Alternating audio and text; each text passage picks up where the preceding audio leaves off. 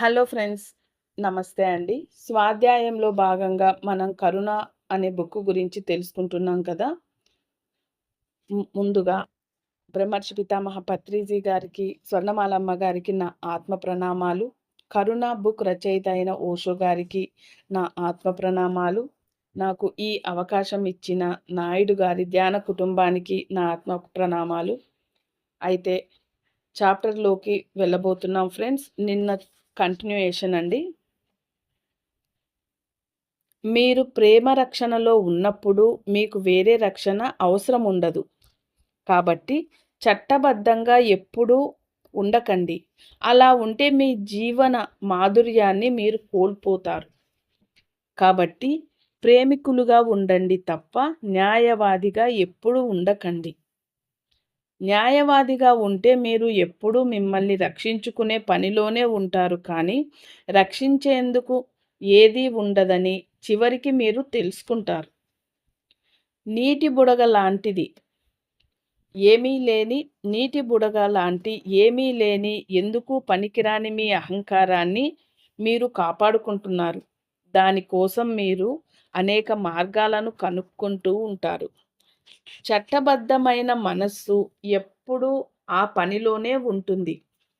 చట్టం కూడా ఎప్పుడూ దానిని కాపాడుతూనే ఉంటుంది. కాబట్టి మీరు చట్టబద్ధంగా మారిన మరుక్షణం అది ప్రభుత్వ చట్టమై లేదా చర్చీ చట్టమై పెద్ద తేడా ఏమీ ఉండదు. అలాగే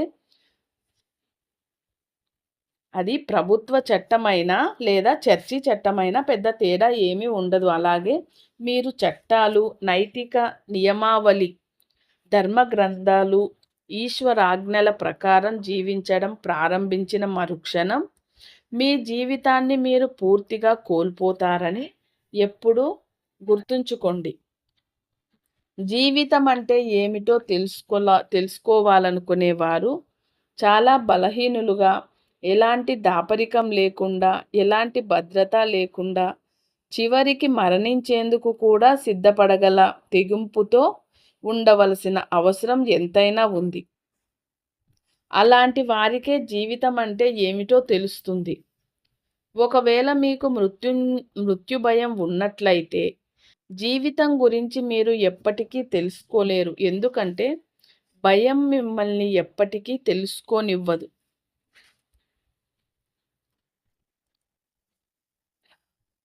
మీరు మృత్యువుకు భయపడని వారైతే జీవితం గురించి తెలుసుకునేందుకు, చివరికి మీరు మరణించేందుకు కూడా సిద్ధపడగలిగితే అసలైన ఎప్పటికీ నశించని శాశ్వతమైన జీవితం గురించి మీరు ఖచ్చితంగా తెలుసుకుంటారు.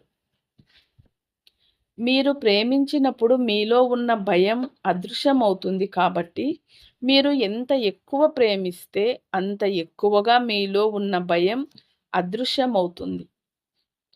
ఒకవేళ మీరు పూర్తిగా ప్రేమిస్తే మీ భయం కూడా పూర్తిగా అదృశ్యమవుతుంది. భయం అంటే ప్రేమ లేకపోవడమే. మీరు ప్రేమించనప్పుడు మాత్రమే మీలో భయం కలుగుతుంది. అలాగే చట్టమన్న ప్రేమ లేకపోవడమే. మీ అంతరంగంలో వణుకుతున్న హృదయానికి చట్టం ఒక మౌలికమైన రక్షణ మాత్రమే. ఎందుకంటే మీరు భయపడుతున్నారు. అందుకే మిమ్మల్ని మీరు రక్షించుకోవాలనుకుంటున్నారు. కాబట్టి చట్టంపై ఆధారపడిన సహజం ఎప్పుడూ భయపడుతూనే ఉంటుంది. అలాగే ప్రేమపై ఆధారపడిన సమాజంలో ఎలాంటి భయము ఉండదు. చట్టంపై ఆధారపడిన సమాజం ఎప్పుడూ భయపడుతూనే ఉంటుంది. ప్రేమపై ఆధారపడిన సమాజంలో ఎలాంటి భయము ఉండదు. కాబట్టి అలాంటి సమాజాలకు స్వర్గం, నరకం, చట్టాలు, న్యాయస్థానాలు అవసరం ఏమాత్రము ఉండదు. నరకానిది చట్టబద్ధమైన వైఖరి. శిక్షలన్నీ చట్టబద్ధమైన మనస్సు నుంచే పుట్టుకొస్తాయి. తప్పు చేసిన వారికి శిక్ష తప్పదు అంటుంది చట్టం. అలాగే మంచి చేసిన వారికి మంచి బహుమతి లభిస్తుంది. అందుకే మీరు అనుకుంటున్న మతాలన్నీ, మీరు పాపం చేస్తే నరకానికి పోతాయి అంటాయి.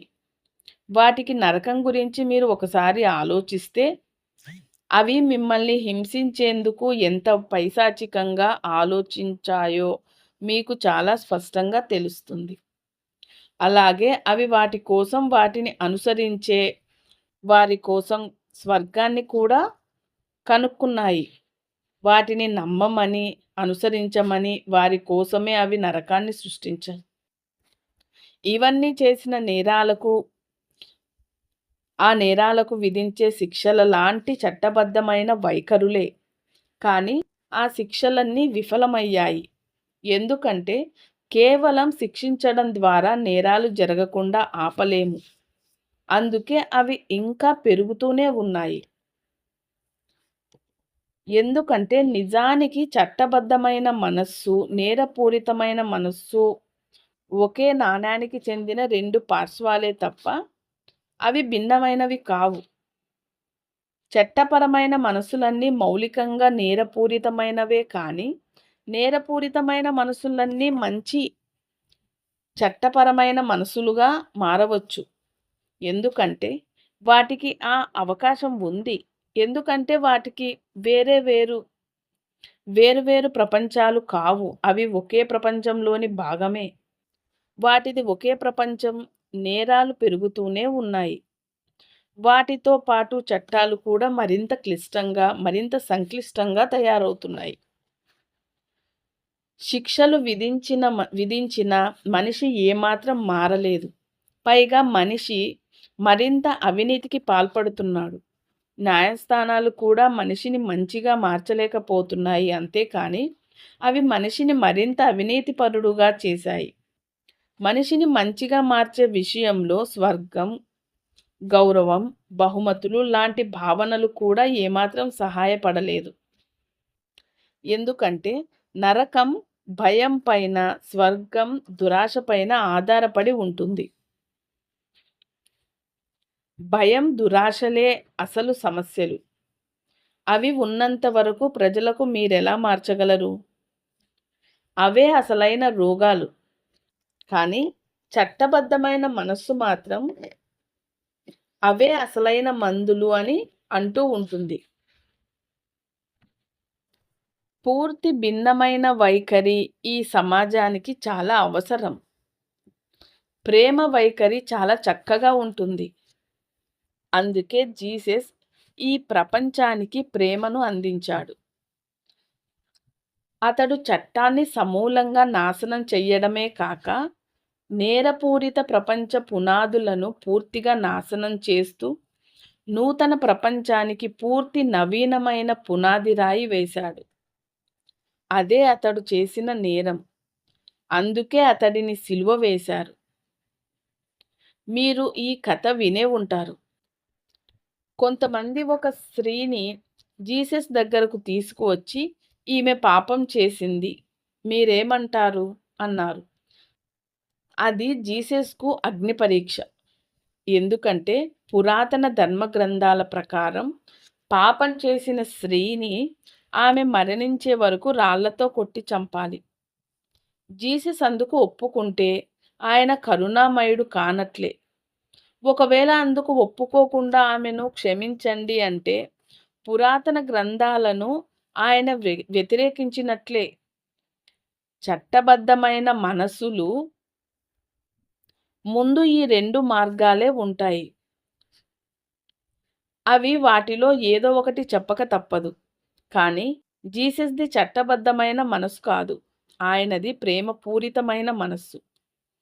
కాబట్టి ఆయన దగ్గర పైన 2 మార్గాల నుంచి తప్పించుకునే మరింత మెరుగైన మార్గం ఉంటుంది. అందుకే ఆయన వారితో, సరే, మీ దగ్గర మీ సూత్రాల ప్రకారం మీరు ఆమెను రాళ్లతో కొట్టి చంపండి. కానీ మీలో ఏ పాపం చెయ్యని వారు మాత్రమే ఈ పని చెయ్యాలి అన్నాడు. దానితో అందరూ ఆలోచనల్లో పడ్డారు. మెల్లమెల్లగా అక్కడ నుంచి వెళ్ళిపోయారు. ఎందుకంటే అందరూ ఏదో ఒక పాపం చేసిన వారే. అది వారికి తెలుసు. అందుకే అందరూ అక్కడి నుంచి వెళ్ళిపోయారు. ఇక అక్కడ జీసస్ ఆమె మాత్రమే ఉన్నారు. అప్పుడు ఆమె జీసస్ కాళ్ళపై పడి, "నేను నిజంగా పాపం చేశాను. నేను మంచిదానిని కాదు. నన్ను క్షమించండి" అంది. వెంటనే జీసస్ ఆమెతో, "అది నీకు, నీ దైవానికి లేదా ఈ అస్తిత్వానికి సంబంధించిన విషయం. అందులో జోక్యం చేసుకునేందుకు, దానిపై తీర్పు చెప్పేందుకు నేనెవరిని? ఒకవేళ నువ్వు చేసినది తప్పు అని నీకు అనిపిస్తే మళ్ళీ ఆ పని చెయ్యకు" అన్నాడు. జీసస్ ఆయన ప్రేమను సాధించి శిఖరాగ్రం పైన నిలిచాడు. అలా అని చెప్పింది. ఇది ఒక చక్కని ఉదాహరణ. నిజానికి మీరు పాపులు కారు. జీవితం గురించి మీకు తప్పుగా బోధించిన మతాలే మిమ్మల్ని అలా తయారు చేశాయి.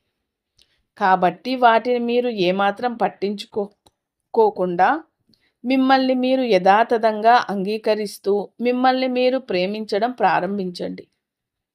అప్పుడే మీరు మీ పొరుగు వారిని ప్రేమించగలరు. లేకపోతే మీరు ఆ పని చెయ్యలేరు. మిమ్మల్ని మీరు ఎలా ప్రేమించుకోవాలో నేను మీకు బోధిస్తాను. నా కోసం మీరు కనీసం అదైనా చెయ్యండి. అప్పుడే మీ ప్రేమ మెల్లమెల్లగా మరింతగా విస్తరించి, పొంగి ప్రవహిస్తూ మీ పొరుగువారికి చేరడం మీకు చాలా స్పష్టంగా తెలుస్తుంది. కాబట్టి మీరు ముందు మిమ్మల్ని మీరు ప్రేమించడం ప్రారంభించండి. అప్పుడే మీరు మీ పొరుగువానిని ప్రేమించడంతో పాటు మరింత ముందుకెళ్ళి చెట్లను, పక్షులను, జంతువులను, ఆకాశాన్ని, నక్షత్రాలను, నదులను, పర్వతాలను అలా ఈ మొత్తం అస్తిత్వాన్ని ప్రేమించడం ప్రారంభిస్తారు. అందుకు మీరే మూలం. కాబట్టి మిమ్మల్ని మీరు నిందించుకోకుండా, తిరస్కరించుకోకుండా అంగీకరించడం ప్రారంభించండి. ఎందుకంటే దైవం మీలోనే ఉన్నాడు. అస్తిత్వమే మిమ్మల్ని ఒక ఆలయంగా తయారు చేసింది. అందుకే దేవుడు మీలో నివసిస్తున్నాడు కాబట్టి మిమ్మల్ని మీరు తిరస్కరించకండి. అలా చేస్తే మీకు అతి సమీపంలో ఉన్న దైవాన్ని మీరు తిరస్కరిస్తున్నట్లే. అతి దగ్గరలో ఉన్న దానినే మీరు ప్రేమించలేనప్పుడు అత్యంత దూరంలో ఉన్న దానిని ప్రేమించడం మీకు అసాధ్యమవుతుంది. దీనిని మీరు అర్థం చేసుకుంటే మీలో ఉన్న దైవాన్ని మీరు అర్థం చేసుకున్నట్లే. అప్పుడు మీలో ఉన్న ఆ దైవమే ప్రేమ అని మీకు తెలుస్తుంది. అది మీలో ఎదిగేందుకు దానికి మీరు చక్కగా సహకరించండి. అప్పుడే అది ఒక మహావృక్షమై అనేక పక్షులకు గూడును, ఆ దారిన వెళ్ళి అలసిపోయిన ప్రయాణికులకు నీడను ఇవ్వగలుగుతుంది.